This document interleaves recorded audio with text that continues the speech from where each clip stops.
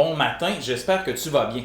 Écoute, la première capsule que je t'envoie aujourd'hui, elle concerne la lettre. Il y aura donc quelque chose à faire sur le blog par la suite. Alors, à la lecture des lettres qui ont été envoyées à Mme Manon, ce que je constate, c'est qu'il y a une certaine façon de faire la lettre, de faire une lettre, d'écrire une lettre qu'on se doit de respecter. D'ailleurs, c'est souvent avec le grand thème de la lettre, de la communication à un destinataire, peu importe qui il est, avec lequel on termine l'année dans le projet d'écriture. Ce qu'il faut savoir, on parle de lettres, mais ça pourrait être aussi un courriel qu'on veut voir comme étant officiel. Bref, durant les prochains jours, je vais te donner les éléments clés, je vais t'expliquer qu'est-ce qui est important de savoir par rapport à la lettre, et tu auras à chaque jour, en français par rapport à la lettre, des trucs à faire sur le blog. Il y aura autre chose qui va s'ajouter en cours de journée et en cours de semaine. Et cette semaine et la semaine prochaine, probablement, on va s'attarder beaucoup sur la lettre.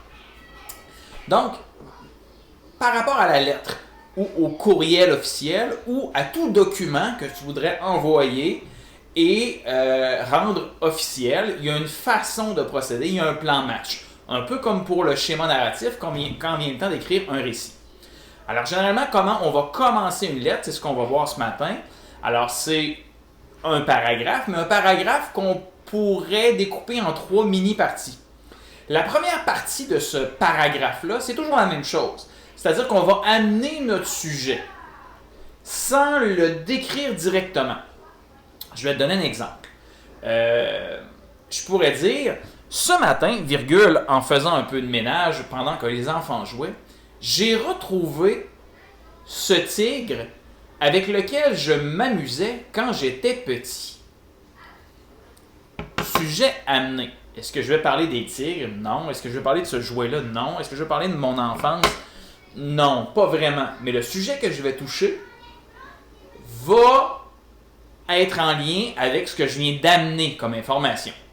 Donc après, je vais poser mon sujet, je vais le déposer. Sujet amené, sujet posé. Ça m'amène aujourd'hui, virgule, dans cette lettre, virgule, à vous parler des émissions télévisées de mon enfance. Donc là, je viens de te dire dans ma lettre, dans mon courriel officiel, de quoi je vais parler. Et là, ce qu'on va faire après, c'est diviser le sujet. Donc, je débuterai en parlant de l'émission des Tortues Ninja, pour ensuite discourir sur les G.I. Joe et enfin parler du club des 100 watts.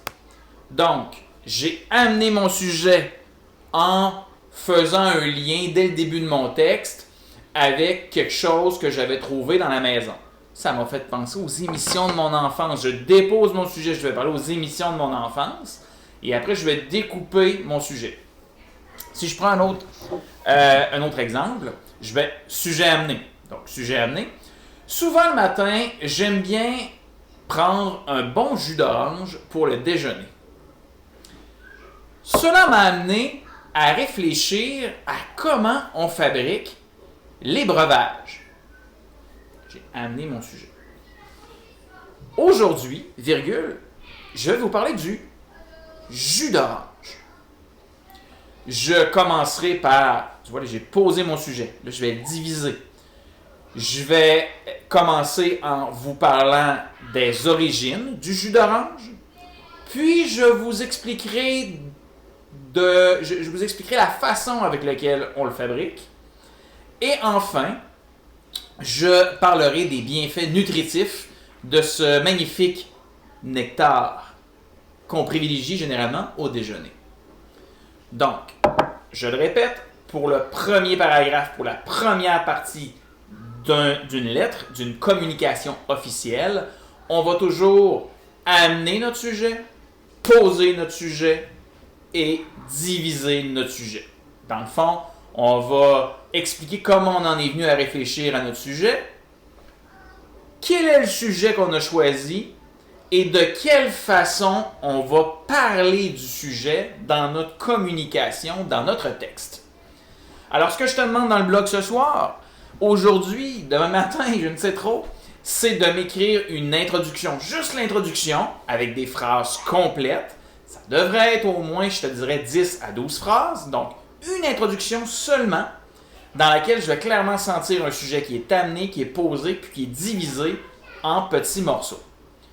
Donc, le sujet, il est libre, tu peux prendre tout ce que tu veux, mais il faut que tu t'imagines que tu m'écris à moi, Monsieur Éric, et que tu veux choisir un sujet sur lequel tu veux t'attarder avec moi, que tu veux m'expliquer, que tu veux m'enseigner, dont tu veux me parler. Sur ce, je te souhaite une magnifique journée, et Madame Julie aussi d'ailleurs, parce qu'elle est derrière toi. Pas derrière moi, mais derrière l'ordi, donc derrière toi. Bref, Madame Julie est là, me fait un magnifique sourire en faisant ce qu'on appelle, dans Charlevoix, un tata. Tata. Bye.